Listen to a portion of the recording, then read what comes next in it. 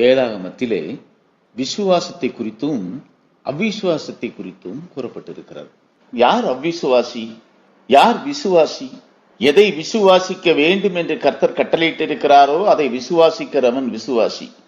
எதை விசுவாசிக்க வேண்டும் என்று கர்த்தர் கட்டளையிட்டிருக்கிறாரோ அதை விசுவாசியாதவன் அவ்விசுவாசி. ஆபிரகாமுடைய விசுவாசம் அவனுக்கு நீதியாக எண்ணப்பட்டது. ஆபிரகாமுடைய விசுவாசம் கர்த்தத்துவத்தில் இருந்தது. கர்த்தத்துவத்திலே கர்த்தர் மூலமாய் தனக்கு கட்டளையிடப்பட்ட ஒவ்வொரு வார்த்தைகளையும் அவன் விசுவாசித்தான். அங்கே வார்த்தை கொடுக்கப்படுகிறது, அவனுடைய குமாரனாகிய ஈசாக்கை கொண்டு போய் பலியிட வேண்டும் என்று. அவன் தன்னுடைய ஏக சுதன் என்றும் பாராமல் தன்னுடைய குமாரனை கொண்டு பலி செலுத்துவதற்காக கொண்டு செல்கிறான்.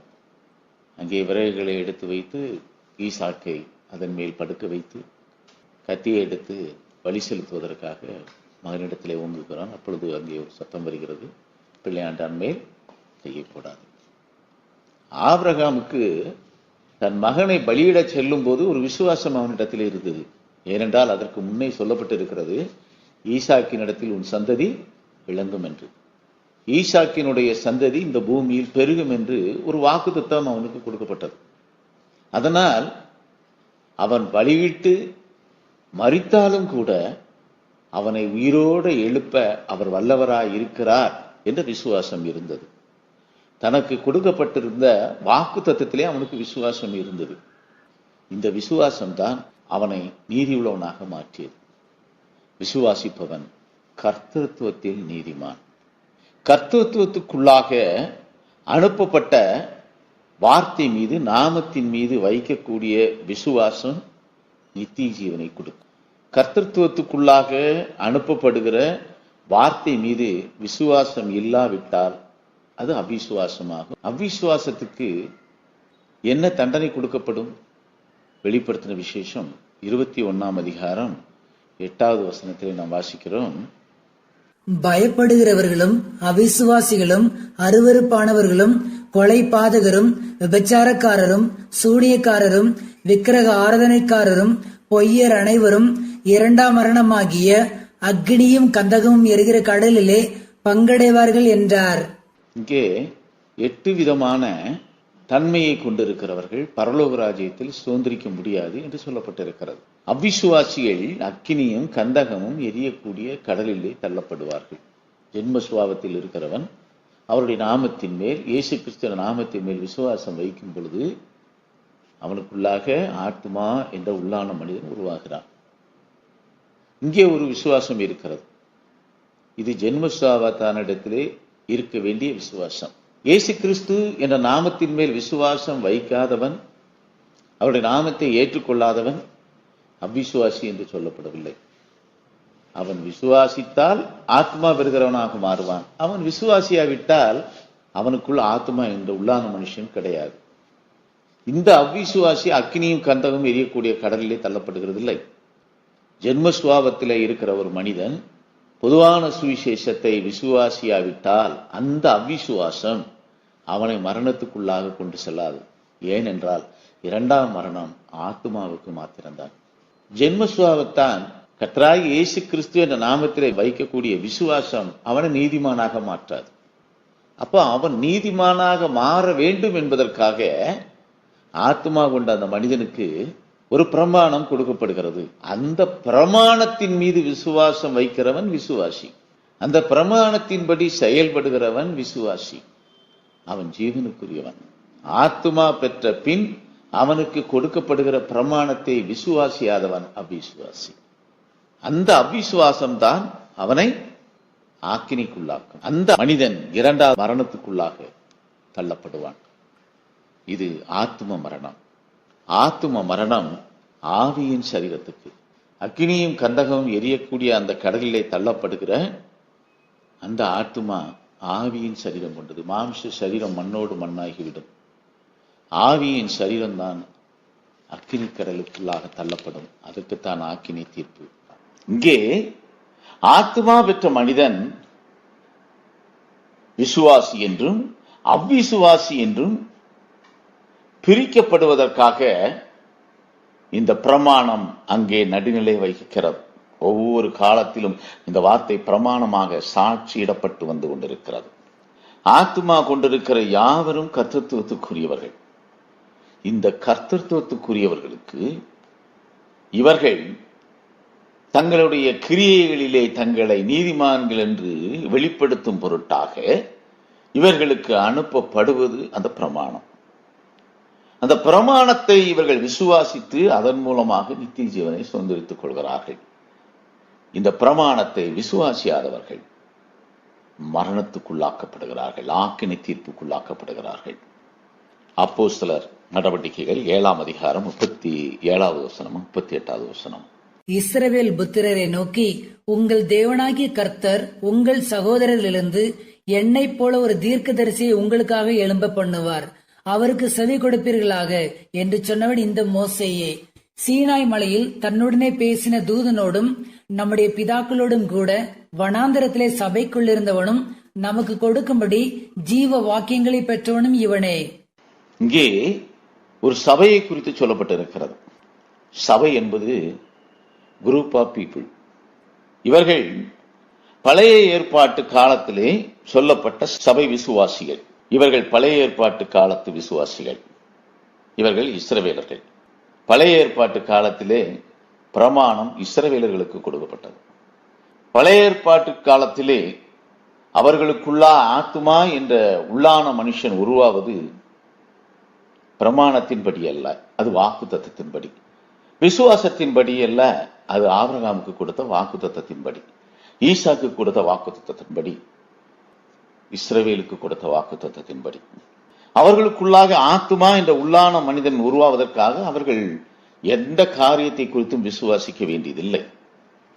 அவர்களுக்குள்ள ஆத்துமா என்ற உள்ளான மனுஷன் உருவான பின்பு அந்த இஸ்ரவேலர்கள் பின்பற்ற வேண்டும் என்பதற்காக ஒரு பிரமாணம் கொடுக்கப்பட்டது. அந்த பிரமாணம் நியாய பிரமாணம். அது மோசேயின் மூலமாக கொடுக்கப்பட்ட பிரமாணம். அந்த பிரமாணத்தை விசுவாசிக்கிறவர்கள் நீதிமான் என்றும், அந்த பிரமாணத்தை விசுவாசித்து அதன்படி செய்கிறவர்கள் ஜீவனுக்குரியவர்கள் என்றும், அந்த பிரமாணத்தின்படி நடக்காதவர்கள் அவ்விசுவாசிகள் என்றும் சாட்சியிடப்பட்டார்கள். பிரமாணத்தின்படி இஸ்ரவேல் ஜனங்களை வழிநடத்தி செல்வதற்காக கர்த்தரால் அனுப்பப்பட்ட தூதன் மோசே. இதை விசுவாசிக்க வேண்டும். இதை விசுவாசித்து மோசே மூலமாய் கொடுக்கப்பட்ட பிரமாணத்தை பின்பற்றுகிறவர்கள் நீதிமான்களானார்கள். இந்த சபையிலே ஒரு கூட்டம் அவ்விசுவாசியாக எழுந்தது. தாத்தான், அபிராம், கோராகு என்பவர்கள். இவர்கள் சபைக்கு எதிராக எழுப்பினார்கள், மோசேக்கு எதிராக எழுப்பினார்கள். அங்கே மாம்ச சரீரத்திலே இருக்கும் பொழுதே அவர்கள் ஆக்கினிக்குரியவரானார்கள். வனாந்தரத்திலே புறப்பட்ட ஜனங்களிலே 2 பேர் தவிர மீதி யாவரும் அபிசுவாசிகளானார்கள். அபிசுவாசிகளானபடியினால் அவர்கள் வனாந்தரத்திலே பலியானார்கள். புதிய ஏற்பாட்டிலே சொல்லப்பட்டிருக்கிற இந்த சபை கிறிஸ்தவர்கள் கூட்டப்பட்டிருக்கிற சபை. கிறிஸ்தவர்களை குறிக்கக்கூடியதுதான் இந்த சபை என்ற வார்த்தை. பழைய ஏற்பாட்டிலே இஸ்ரவேலர்கள் சபை, புதிய ஏற்பாட்டிலே கிறிஸ்தவர்கள் சபை. இந்த சபை இயேசு கிறிஸ்துவின் இரத்தத்தினால் சம்பாதிக்கப்பட்ட சபை என்று வேதம் சொல்கிறது. அப்போஸ்தலர் 20:28வது வசனம். ஆகையால் உங்களை குறித்தும் தேவன் தம்முடைய சுய இரத்தத்தினாலே சம்பாதித்துக் கொண்ட தமது சபையை மேய்ப்பதற்கு பரிசுத்த ஆவி உங்களை கண்காணிகளாக வைத்த மந்தை முழுவதையும் குறித்தும் எச்சரிக்கையாயிருங்கள். இயேசு கிறிஸ்துவின் இரத்தத்தினால் சம்பாதித்த சபை. இரத்தம், உயிர், ஜீவன். அந்த உயிர் ஜீவன், அந்த ஜீவன் ஆத்மா. பழைய ஏற்பாட்டு காலத்து சபை இஸ்ரவேலர்கள், புதிய ஏற்பாட்டு காலத்து சபை கிறிஸ்தவர்கள். எப்போது கிறிஸ்தவன் ஆகிறான்?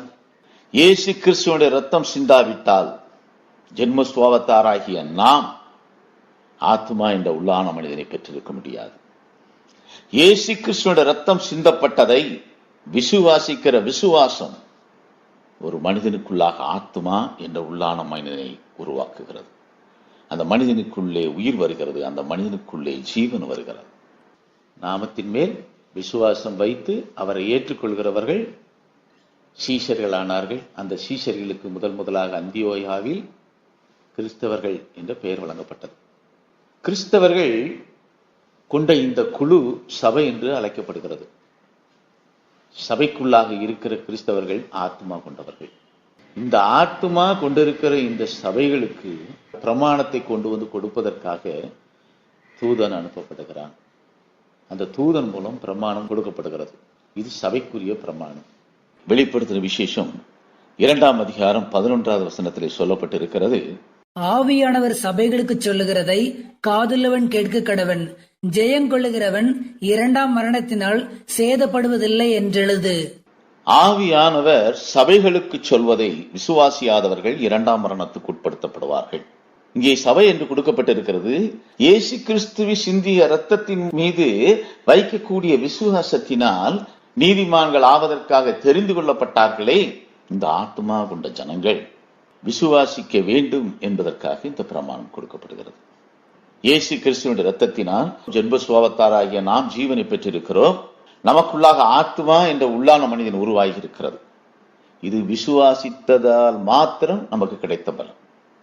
ஜென்ம சுவாவத்தான் விசுவாசம் இல்லாவிட்டால் ஆத்மா என்ற உள்ளான மனிதனை பெற முடியாது. ஆத்மா என்ற உள்ளான மனிதனை பெறுவதற்கு அவனிடத்தில் விசுவாசம் வேண்டும்.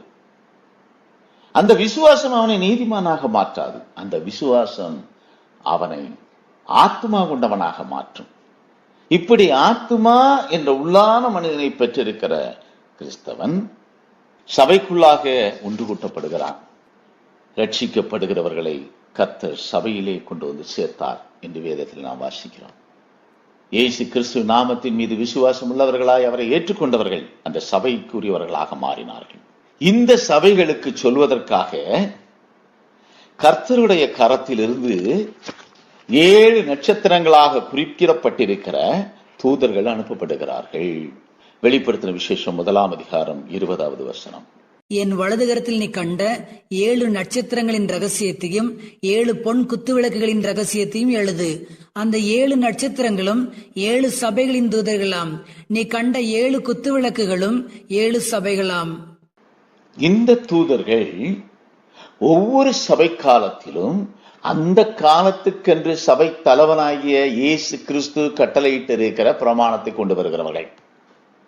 இவர்கள் இயேசு கிறிஸ்துனுடைய கரத்தில் இருந்து அவர் கட்டளையிட்டிருக்கிற பிரமாணத்தை கொண்டு வருகிறவர்கள். அந்த சபைக்குள்ளாக இந்த பிரமாணம் சாட்சியிடப்படும் போது அதை விசுவாசிக்கிறவன் விசுவாசி, அவன் நீதிமான். அதை விசுவாசியாதவன் அவிசுவாசி, அவன் ஆக்கினைக்குரியவன். ஜெயங்கொள்கிறவன் ஜீவனுக்குரியவனாக மாறுவான்.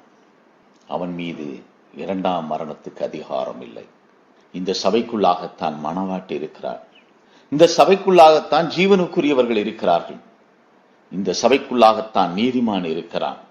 இந்த சபைக்குள்ளாகத்தான் நித்திய ஜீவனை பெற கர்த்தரால் அனுமதிக்கப்பட்டிருக்கிற கர்த்தருடைய கிருபை பெற்ற ஜனம் இருக்கிறது. இந்த சபைக்குள்ளாகத்தான் அவிசுவாசியும் இருக்கிறான். அந்த சபைக்குள்ளாகத்தான் துன்மார்க்கனும் இருக்கிறான். அந்த சபைக்குள்ளாகத்தான் 2ஆம் மரணத்துக்குள்ளாக தள்ளப்பட போகிற ஆக்கினைக்குரியவனும் இருக்கிறான். சபை காலங்களிலே ஒவ்வொரு சபைக்கென்று அனுப்பப்பட்ட தூதர்கள் மூலமாக கொடுக்கப்பட்ட வார்த்தை பிரமாணமாக இருந்தது. அவிசுவாசம் இளைப்பாறுதலில் பிரவேசிக்க செய்யாது. அப்போஸ்தலனாகிய பவுல் எபிரேயருக்கு எழுதின நிருபம் 3ஆம் அதிகாரம் 17, 18, 19 வசனங்கள். மேலும் அவர் 40 வருஷமாய் யாரை அரசித்தார்? பாவம் செய்தவர்களே அல்லவா? அவர்களுடைய சவங்கள் வனாந்தரத்தில் விழுந்து போயிற்றே. பின்னும் என்னுடைய இளைப்பாறுதலில் பிரவேசிப்பதில்லை என்று அவர் யாரை குறித்து ஆணையிட்டார்? கீழ்ப்படியாதவர்களை குறித்து அல்லவா? ஆதலால் அவிசுவாசத்தினாலே அவர்கள் அதில் பிரவேசிக்க கூடாமற் போனார்கள் என்று பார்க்கிறோம். அவிசுவாசத்தினாலே அவர்கள் இளைப்பாறுதலுக்குரிய தலத்துக்குள்ளாக பிரவேசிக்கவில்லை. வாக்குத்தத்தம் பண்ணின தேசத்துக்குள்ளாக பிரவேசிக்கவில்லை. இந்த சபைக்கு என்று கொடுக்கப்பட்டிருக்கிற வாக்குத்தத்தம் அழியாமை என்ற நித்திய ஜீவனை சுதந்திரிக்க வேண்டும் என்பதுதான். இந்த சபைக்கு என்று கொடுக்கப்பட்டிருக்கிற வாக்குத்தத்தம் அவர்கள் தங்களுக்கென்று கொடுக்கப்பட்டிருக்கிற அந்த பந்தய பொருளை பரலோக ராஜ்யத்திற்குள்ளாக கொண்டு சேர்க்க வேண்டும் என்பதுதான். இந்த சபைக்குள்ளாக இருக்கிறவர்கள் இளைப்பாறுதலில் பிரவேசிக்க வேண்டும், அவருடைய ராஜ்யத்திற்குள் போக வேண்டும் என்பதற்காக கொடுக்கப்படுகிறதா இந்த பிரமாணம். ஆனால் அவிசுவாசம் அந்த இளைப்பாறுதலுக்கு கொண்டு செல்லாது. யார் இந்த அவிசுவாசத்தை கொண்டு வருகிறது? அனுப்பப்பட்டிருக்கிற அந்த தூதனுடைய வார்த்தைகளை விசுவாசிக்க விடாதபடிக்கு இப்பிரபஞ்சத்தின் தேவன் அவிசுவாசத்தை கொண்டு வருகிறான். 2 கொரிந்தியர் 4ஆம் அதிகாரம் 4வது வசனம். தேவனுடைய சாயலாய் இருக்கிற கிறிஸ்துவின் மகிமையான சுவிசேஷத்தின் ஒளி அவிசுவாசிகளாகி அவர்களுக்கு பிரகாசமாய் இராதபடிக்கு இப்பிரபஞ்சத்தின் தேவனானவன் அவர்களுடைய மனதை குருடாக்கினான். பிரபஞ்சத்தின் தேவன் அனுப்பப்படுகிற தூதனுடைய வார்த்தையை விசுவாசிக்க விடாதபடிக்கு குருடாக்கி கொண்டிருக்கிறான்.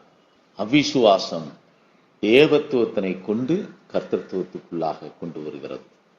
இப்பிரபஞ்சம் தேவத்துவத்துக்குரியது. இப்பிரபஞ்சத்தின் தேவன் தேவத்துவத்துக்குரியவன். அப்போ இந்த தூதன் கொண்டு வருகிற இந்த பிரமாணத்தை சபைக்குள்ளாக இருக்கிறவர்கள் விசுவாசிக்க முடியாதபடிக்கு இப்பிரபஞ்சத்தின் தேவன் அவர்களை இப்பிரபஞ்சத்துக்குரிய காரியத்துக்கு நேராக திருப்புகிறார். கர்த்தத்துவத்துக்கென்று தேர்ந்தெடுக்கப்பட்டிருக்கிற அந்த சபை, அந்த சபைக்குள்ளாக இருக்கிற விசுவாசிகள்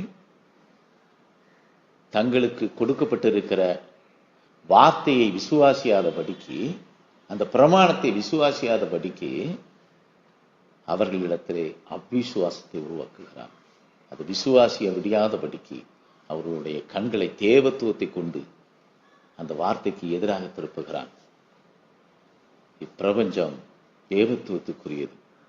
கர்த்தத்துவத்து தூதனை விசுவாசிக்காதது ஆக்கினைக்குரியது. அது அவிசுவாசம். தேவத்துவத்து தூதனை கர்த்தத்துவத்துக்குரியவர்கள் கர்த்தத்துவத்து வாக்குத்தத்தத்தை சுதந்திரிக்க வைக்கக்கூடிய விசுவாசம் வேத பிரமாணத்தின்படி அவிசுவாசம். விசுவாசம் ஒரு ஆத்துமாவை ஜீவனுக்குரியதாக மாற்றும். அவிசுவாசம் அந்த ஆத்துமாவை ஆக்கினைக்குரியதாக மாற்றும். இப்பிரபஞ்சத்தின் தேவன் என்ன செய்கிறார்? தேவத்துவத்துக்குள்ள கிரியையை அந்த சபைக்குள்ளாக கொண்டு வருகிறார். அந்த ஆத்மா கொண்டவனிடத்திலே கொண்டு வருகிறார். எதை கொண்டு? தேவத்துவத்தை கொண்டு. ரோமன் கத்தோலிக்க திருச்சபையினுடைய செயல்பாடுகள் தனக்கு பிடிக்கவில்லை என்ற காரணத்தினால், தான் உயர வேண்டும் என்ற காரணத்தினால் மார்ட்டின் லூதர் பிரிவினையாளர் சபையை உண்டாக்கினார் என்று ரோமன் கத்தோலிக்க சபை விசுவாசிகள் சாட்சியிடுகிறது உண்டு. ஆனால் மார்ட்டின் லூதர் அந்த சபைக்குரிய பிரமாணத்தை கொண்டு வந்தவர். வில்லியம் பிரன்ஹாம் 7வது சபைக்கென்று கட்டளையிடப்பட்ட பிரமாணத்தை கொண்டு வந்தவர். ஆனால் கிறிஸ்துவின் சரீரமாக தங்களை எண்ணிக்கொண்ட அந்த ஆத்மா கொண்ட கிறிஸ்தவர்கள் அவரை தூதனாக ஏற்றுக்கொள்ளவில்லை. அவரை பிரமாணத்தை கொண்டு வந்தவனாக ஏற்றுக்கொள்ளவில்லை. அவர்களுடைய விசுவாசம் தேவத்துவத்துக்குள்ளான கிரியைக்குள்ளாக தாங்கள் இணைக்கப்பட்ட அந்த சபையோடு பின்னப்பட்டவர்களாய் காணப்பட்டார்கள். அவரை தேவத்துவத்துக்குள்ளாக அவர்கள் கண்டார்கள். தனி சபையை தனக்காக உருவாக்குகிறவனாக கண்டார்கள். அவர் தனக்காக தனி சபையை உருவாக்க வேண்டும் என்பதற்காக அனுப்பப்பட்டவர் அல்ல. அவர் கர்த்தரிடத்திலிருந்து பிரமாணத்தை கொண்டு வந்தவராக அனுப்பப்பட்டவர். அவர் பிரமாணத்தை கொண்டு வந்தார். அந்த பிரமாணம் இயேசு கிறிஸ்துவின் நாமத்தினாலே ஞானஸ்நானம் பெற வேண்டும் என்று கட்டளையிட்டது. பிதா, குமாரன், பரிசுத்த ஆவி நாமம் கர்த்தராகிய இயேசு கிறிஸ்து என்று கட்டளையிட்டது. அந்த விசுவாசம், அந்த வார்த்தை மீது யாரெல்லாம் விசுவாசித்தார்களோ அவர்கள் ஜீவனுக்குரியவர்களாக மாறினார்கள். அவர்களுடைய விசுவாசம் அவர்களை பரலோகம் என்ற சுதந்திரத்தை பெற்றுக்கொள்ள அவர்களுக்கு கிருபையை கொடுத்தது. ஆனால் அவர் மூலமாக கொடுக்கப்பட்ட வார்த்தையை விசுவாசியாத கிறிஸ்தவர்கள் அவிசுவாசிகளானார்கள். அவர்கள் அக்கினியும் கந்தகமும் எரியக்கூடிய கடலிலே தள்ளப்படுவதற்கென்று நியாயம் தீர்க்கப்பட்டவர்களாக, அங்கே ஆக்கினைக்குரியவர்களாக அவர்கள் எரி நரகத்திலே தள்ளப்பட்டிருக்கிறார்கள். இந்த கடைசி ஏற்பாட்டின் காலத்திலும் கர்த்தத்துவத்திலே கர்த்தத்துவத்துக்குரியவர்களுக்கு கர்த்தர் தன்னுடைய சாட்சிகளின் மூலமாக பிரமாணத்தை கட்டளையிடுகிறார். அந்த பிரமாணத்தை விசுவாசிக்கக்கூடிய விசுவாசம் ஒரு கிறிஸ்தவனை நீதிமானாக மாற்றும். அந்த விசுவாசம் நித்திய ஜீவனுக்குரியவனாக மாற்றும். அந்த வார்த்தை மீது நாமும் விசுவாசம் உள்ளவர்களாய், நாமும் நீதிமான்களாய் மாற கர்த்தர் நமக்கு கிருபையை கொடுக்கும்படியாய் தேவ சமூகத்தில் நம்மை ஒப்புக் கொடுப்போம். கர்த்தர் தம்முடைய தூதனை கொண்டு கட்டளையிடுகிற பிரமாணத்தை நாம் விசுவாசிப்போம். அந்த விசுவாசமே நம்மை நீதிமானாக மாற்றும். ஆமென், ஆமென்.